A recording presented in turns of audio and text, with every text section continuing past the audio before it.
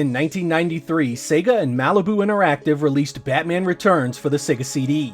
It included the cartridge version released the year prior, but also had a brand new driving engine that took advantage of the scaling and rotation the Sega CD was capable of. The new soundtrack was killer too, done by industry vet Spencer Nilsen of Sonic CD fame. It was a product that finally showed off the kind of stuff the hardware could do if somebody would just make the damn games for it. Of course, time would pass and we would get very few pieces of software of its kind. Most games were either full motion video or simple cartridge ports with a tacked on bonus stage or two. But finally in late 1995, Clockwork Tortoise, the company behind the incredible The Adventures of Batman and Robin for the Sega Genesis, decided it was time for a new Batman that would take advantage of the Sega CD's often ignored feature set and again give fans a third-person combat driving game. They got the Warner Brothers animation team on board to do exclusive footage for the project, and got Spencer Nilsen back in the composer's chair. There was just no way this could fail, right? Let's find out.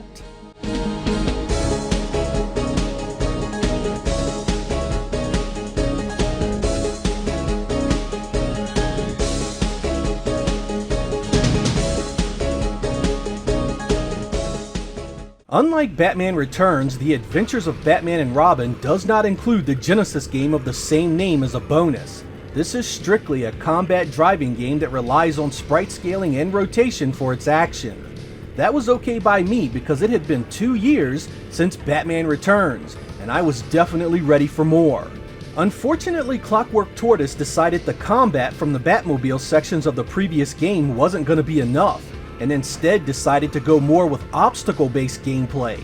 This created an entirely different feel for the game. While you can still shoot your guns and you have missiles, right from the opening stage you aren't battling anything, and instead are stuck in a Gotham City commuting nightmare. Gridlock grips the city streets and Batman must do his best to avoid damaging the innocent civilians. And that's the gameplay. Try not and hit other vehicles in what amounts to virtual bumper cars. There's nothing to shoot at and nothing is attacking you. Simply beat the clock and that's it. This opening stage did not make a good impression and was an ominous sign for things to come. You do finally see some real combat soon after. The problem remains that avoiding obstacles is almost the entire focus of the action. You do need to shoot enemies here and there, but are under constant threat of being hit or crashing into something on the road. This quickly becomes fatiguing and never really gives you a chance to fully enjoy the gameplay. As you get deeper in, it also becomes a heck of a challenge thanks both in part to things constantly damaging you and the clock that you must contend with. It is possible to slow down so you can deal with the obstacles more effectively, but in doing so you get victimized by the unforgiving time limit that robs you of precious lives anyway. That means you need to strike a balance between speed and caution, something that only comes with repeated play, yet the gameplay never stays interesting or fun enough to warrant that. There are icons that can be picked up to aid you. You can pick up missiles, turbo boost, and repair kits to keep you in the fight a bit longer, and you'll need them if you ever hope to see the end. Levels stay difficult mainly because there is a constant barrage of things in the road to avoid. And once something does come out that you can actually fight, it's often a single enemy that takes a ton of damage to defeat. You never see any real variety from that formula either. Even halfway through, you are still stuck in avoid the obstacle style stage design. And man, does it get old fast. It just never lets up. Never gives you a place where you can enjoy the weapons of the Batmobile to kill drones or lesser enemies. There is never any freedom to just kick in the speed and enjoy the sights and sounds. Right from the opening moment you take control, you are under constant threat of hitting something. The few flashes of brilliance it does have only adds to the pain, showing you brief glimpses of just how much fun it could be if the developer had paced the combat and difficulty better.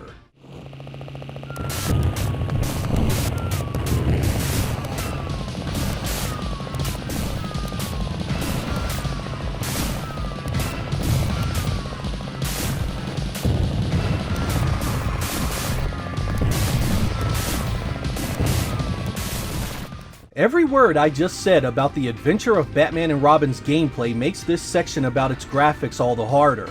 While the gameplay and level design leaves much to be desired, the visuals are absolutely stunning, had it been released in 1993. With the 3DO, Saturn, and PlayStation on the market at this point, this game had a lot more competition than Batman Returns ever had. While it isn't nearly as smooth as Sega's Superscalers in the arcade, the detail is still impressive, there are loads of things going on the screen, and it looks like it belongs in the Batman animated show. There is a heck of a lot of variety in the stages too. No two areas look the same, and each one has multiple sub-levels that changes things up a bit. I mean, honestly, these were the kind of graphics I was hoping would be in other Sega CD games like Road Rash.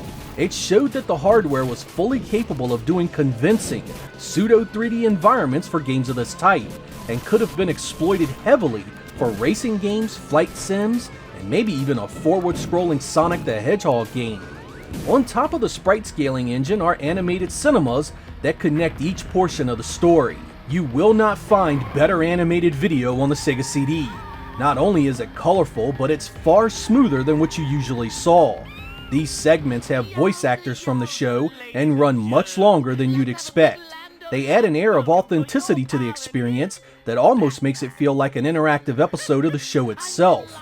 As much as I want to sing its praises, however, I must stress the time period this finally came out. It was almost 1996, and the time for this style of game had long passed. Sega needed to flood the Sega CD market with these kinds of visuals in 1992 and 1993, but by 1995, who the hell cared anymore? We had fully polygonal 3D games on the market by the time this was released, and plenty of them. These graphics were just too late to make any real difference at all.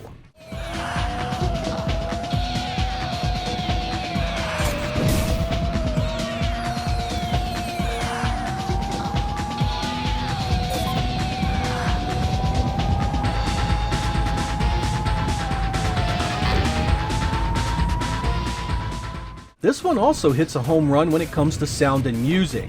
It doesn't just rehash the score from the TV series, but instead is all new just for this game. It doesn't hit quite as hard as Batman Returns did on the Sega CD, but is excellent nonetheless. I've got a couple of selections I think you'll enjoy.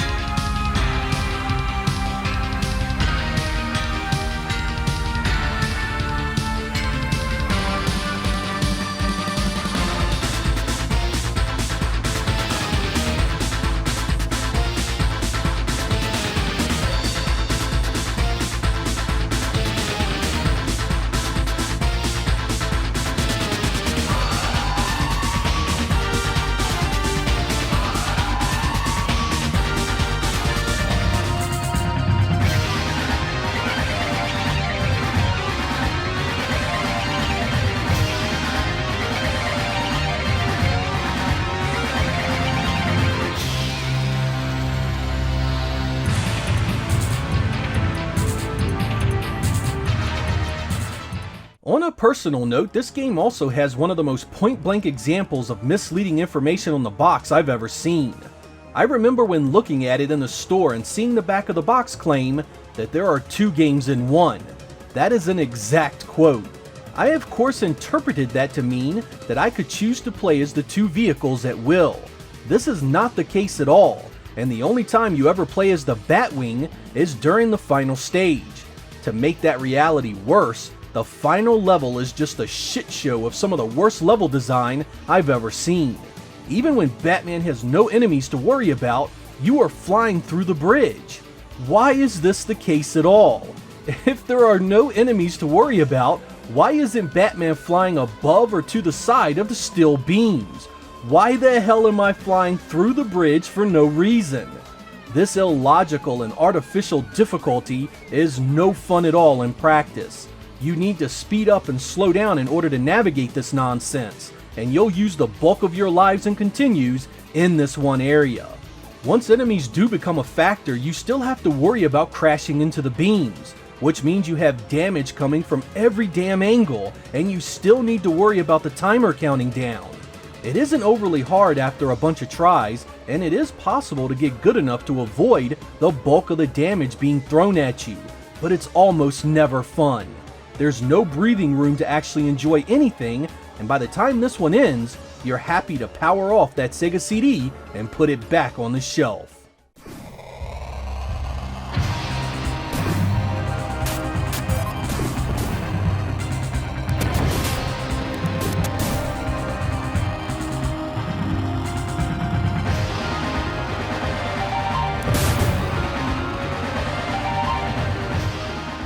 The Adventures of Batman and Robin is a case of being careful what you wish for. Fans of Batman Returns always wanted a driving-only sequel that took advantage of the Sega CD's hardware.